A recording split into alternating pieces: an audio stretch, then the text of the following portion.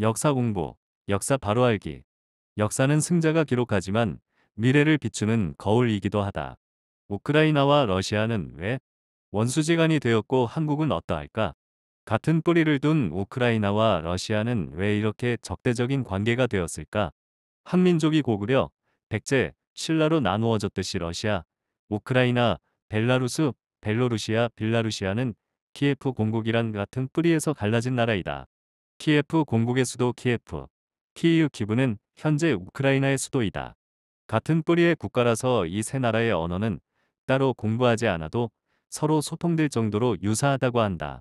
그런데 어쩌다가 이렇게 적대적인 관계가 되었을까? 그 이유는 스탈린 시절의 홀로도모르, 할로도모어라고 불리는 대기근 사건이 주요 원인이다. 우크라이나는 세계 세대 곡창지대 중의 하나이다. 우크라이나 땅은 흑토이며 뭘 심어도 잘 자라는 풍요의 땅이다.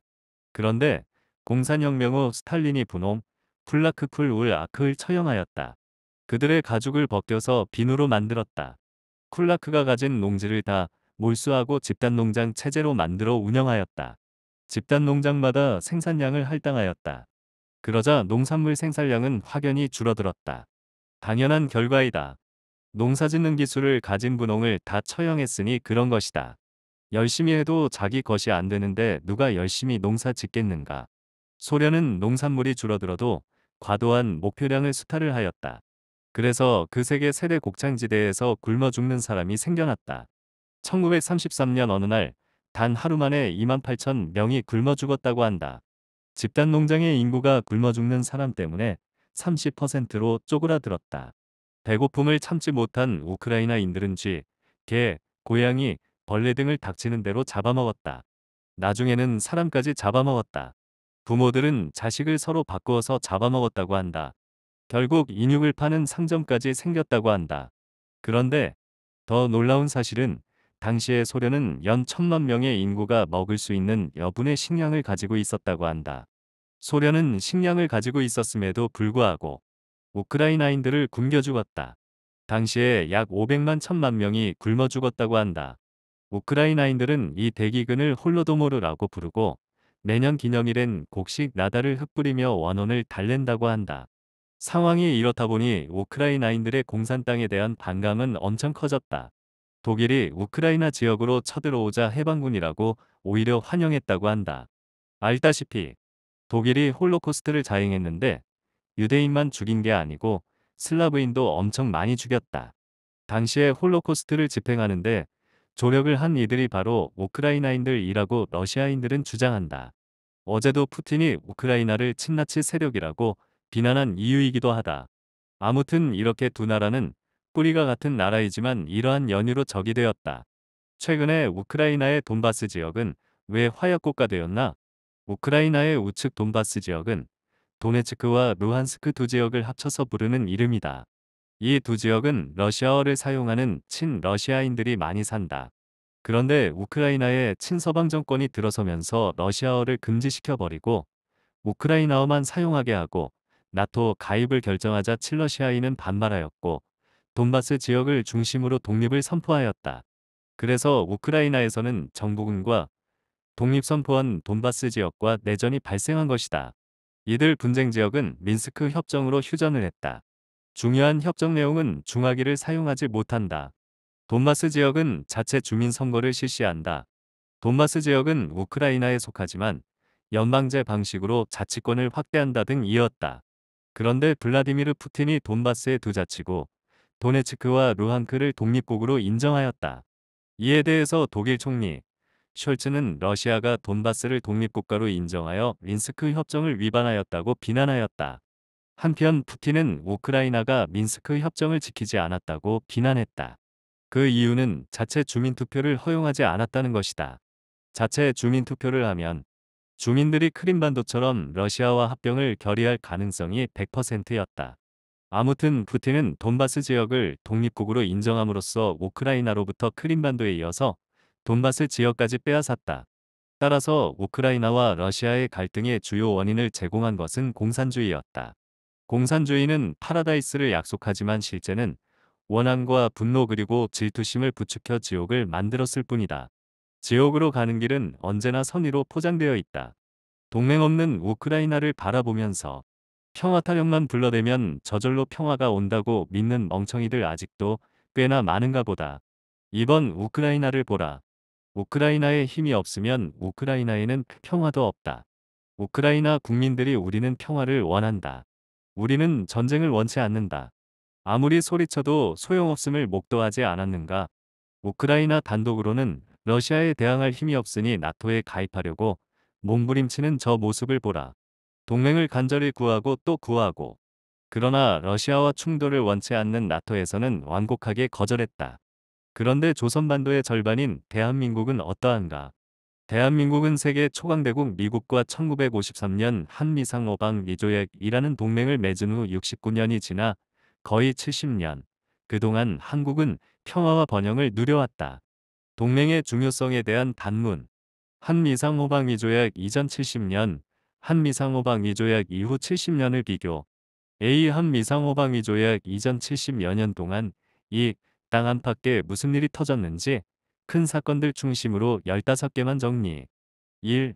이모군란과 대원군 납치. 1882년 이모군란이 터지자 이를 기화로 청나라 군대 3,000명과 일본 군대 400명이 조선으로 들어왔다. 청나라 군대는 숭례문, 남대문 밖에 주둔했는데 이 부대를 외교 차원에서 방문한 흥선 대원군을 강제로 납치.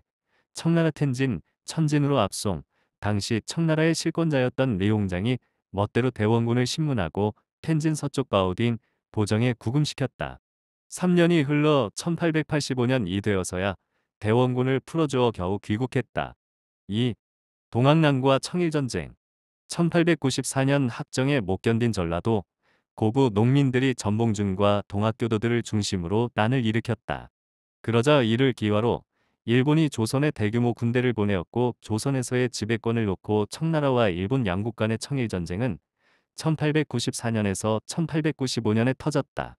이때 일본군이 한양으로 들어와 한양 경복궁을 지키는 조선군과 전투가 벌어졌다. 접전 끝에 일본군이 승리하고 고종은 사로잡혔다. 일본군 소자가 칼을 빼들고 고종을 협박했다. 대한민국 국사교과서에서 침묵하는 내용들이다. 일본군은 이어 평양으로 진격 평양성을 지키던 조선과 청나라 연합군을 격파했고 청나라 군대는 을밀대에서 항복했다.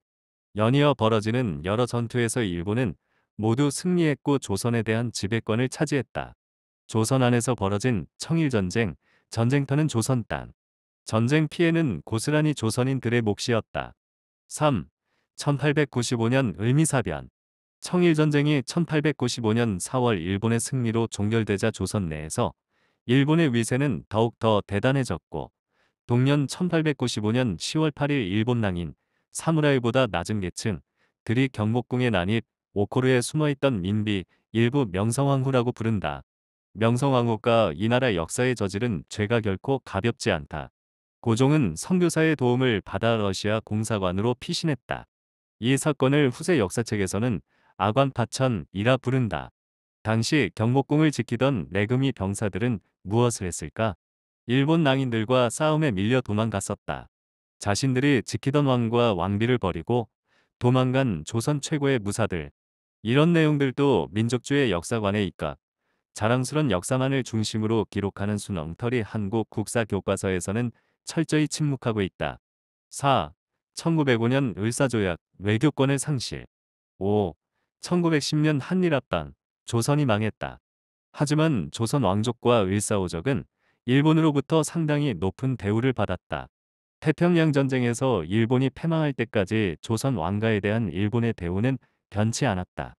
이런 내용도 국사책에서는 찾아볼 수 없다. 6. 1919년 3.1운동, 유관순 열사. 7. 1920년 청살리 전투, 김좌진 장군. 8. 1921년 자유시 사변. 자유시 사변.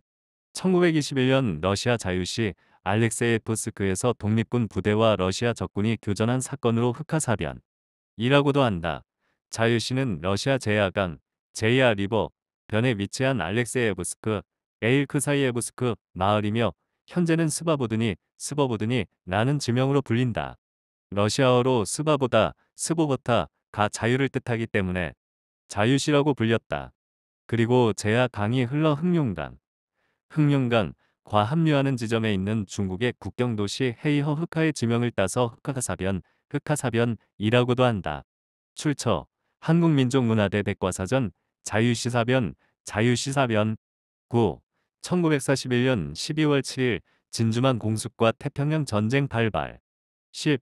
1945년 8월 6일 히로시마 원폭 투하 8월 9일 나가사키 원폭 투하 11. 1945년 8월 15일 한국 광복절 일본 무조건 항복 12. 1945년에서 1948년 미군정 시기 13.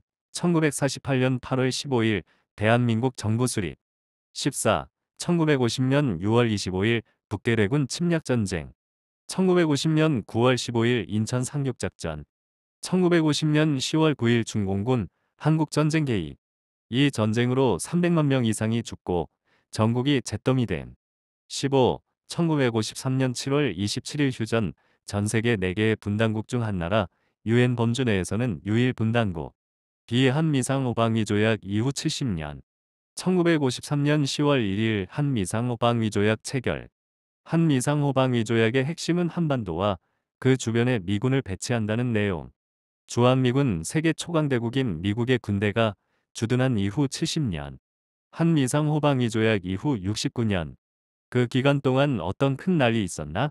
한반도에 큰 난이 없이 70년을 지내왔다.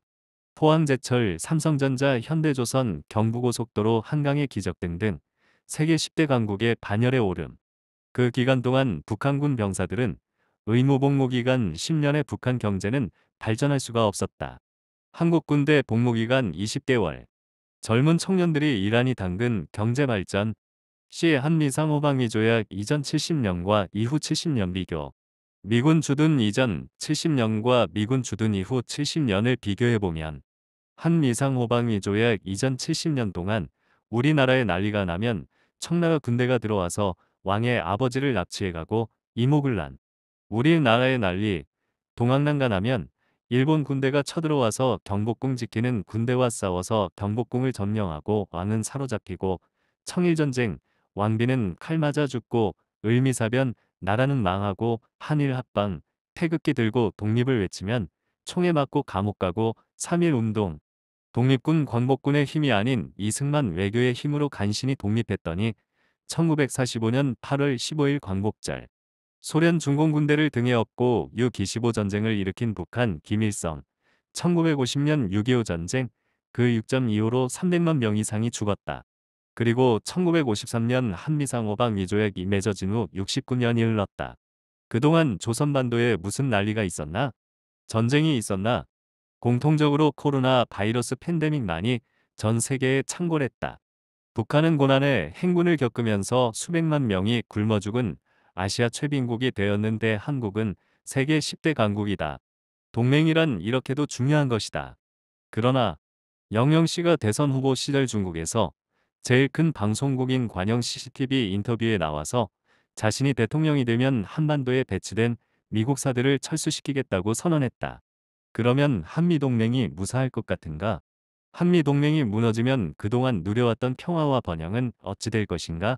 나라의 자존심 운운하면서 전시작전권 회수하고 사드 철수시키고 한미동맹 무너지면 어찌 될 것인가? 대한민국이 중국을 이길 힘이 있나? 러시아를 이길 힘이 있는가? 경상도 김천, 상주 지역을 지나다 보면 사드 가고 평화 오라. 이렇게 적힌 플래카드들이 눈에 띈다. 중국, 러시아 이길 힘은 없어도 북한 핵무기에 대항할 힘은 없어도 평화 타령만 불러대면 그냥 평화가 온다는 말인지. 평화가 오라면 오고 가라면 가는 아무개집 강아지 이름인가. 과거 노무현 대통령이 취임하자마자 미국에 특사를 보낸 적이 있다. 그들은 주한미군 철수를 운운했었다. 우리는 자주국방하겠다면서. 그때 미국 국방장관이 럼스펠트였다. 한국 특사들 주장을 다 듣고 럼스펠트가 유명한 말 한마디 했다. 자주국방. 그것 좋은 말이다. 하지만 미국도 자주국방을 다하지 못해서 여러 나라들과 동맹을 맺는다. 힘이 부족하면 동맹을 맺고 그 관계를 지켜야 한다. 영원한 적 없듯이 영원한 동맹 또한 없으리라 생각해본다. 그것이 살 길이다. 전달하느니 리치 0472